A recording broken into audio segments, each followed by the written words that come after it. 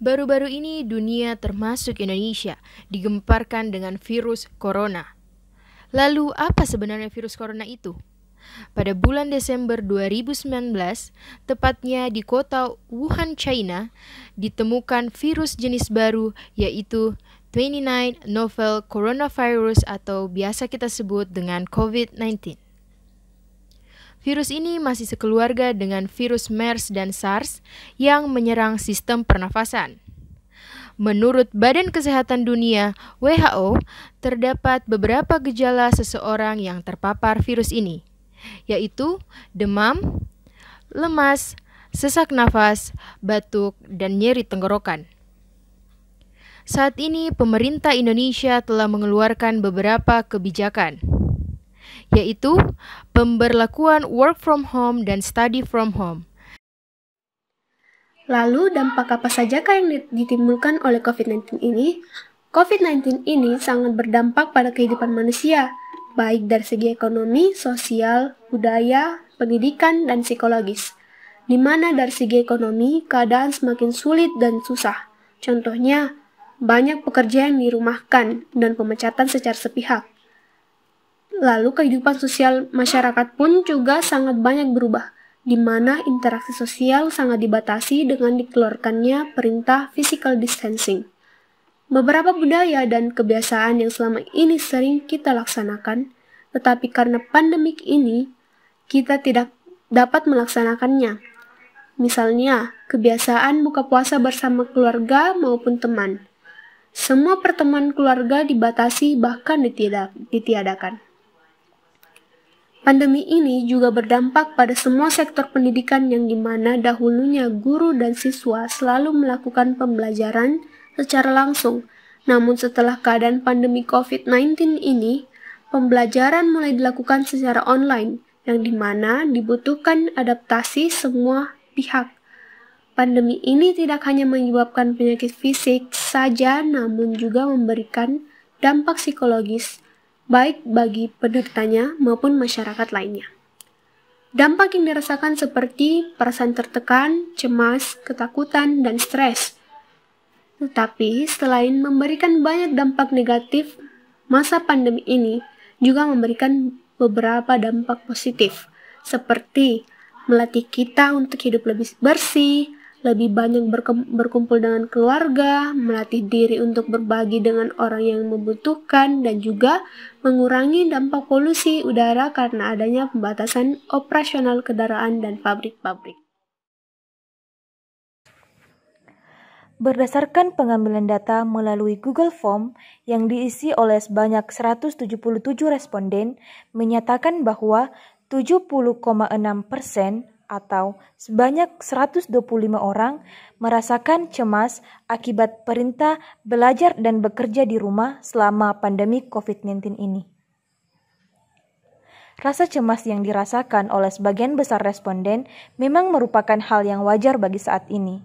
Namun, hal ini juga harus diatasi agar tidak menimbulkan gangguan-gangguan psikologis apabila kecemasan ini terus berlanjut dan menjadi kecemasan berlebih.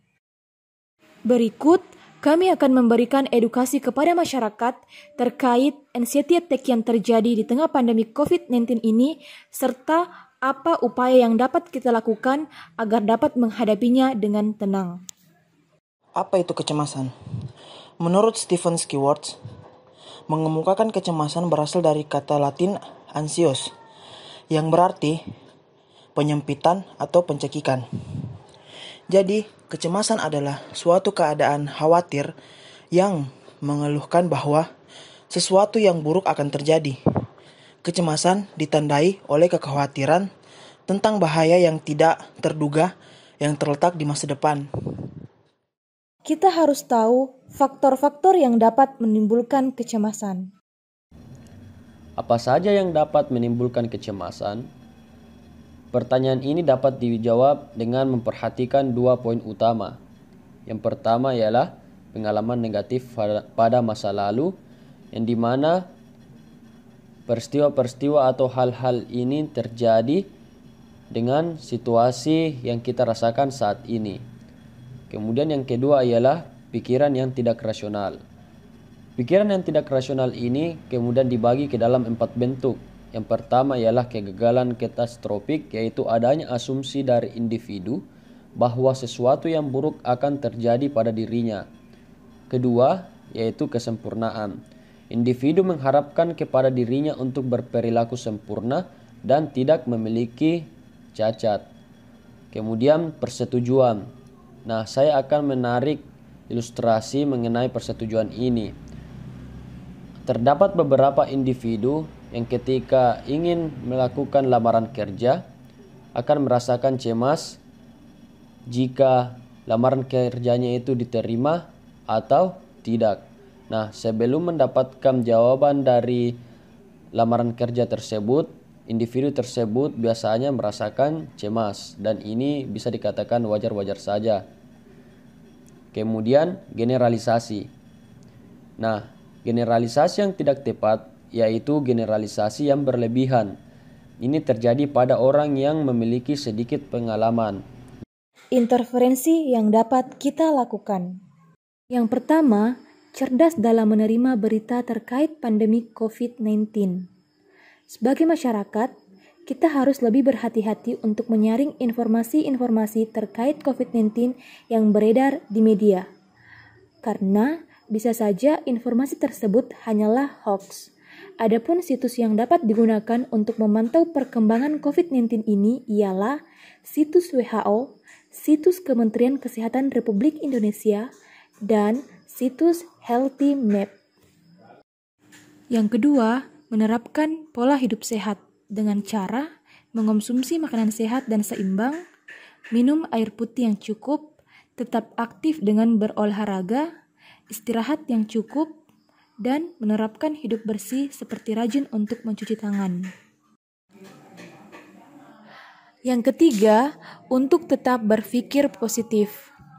Ada banyak sekali cara yang dapat kita lakukan untuk tetap dapat berpikir positif. Di antaranya ialah dengan memberikan sugesti positif kepada diri sendiri, berfokus pada hal-hal baik, dan melakukan hal-hal yang dianggap menyenangkan. Hal ini sangat berpengaruh besar terhadap pengurangan kecemasan pada situasi sekarang. Yang keempat, cerdas mengelola waktu. Karena pandemi COVID-19 ini, pemerintah terpaksa menghimbau masyarakat untuk bekerja dan belajar di rumah, yang mengakibatkan beban tugas meningkat. Olehnya, diperlukan strategi untuk dapat mengelola waktu dengan baik. Berikut pemaparannya. Yang pertama, membuat jadwal pengerjaan sesuai dengan prioritas. Yang kedua, memberikan jangka waktu pengerjaan. Yang ketiga, melaksanakan dengan komitmen dan disiplin. Dan yang terakhir, menghindari penundaan. Itulah tadi penjelasan terkait anxiety attack yang terjadi di tengah pandemi COVID-19. Semoga kesehatan mental dan fisik kita tetap terjaga di tengah krisis kesehatan global seperti yang terjadi sekarang ini.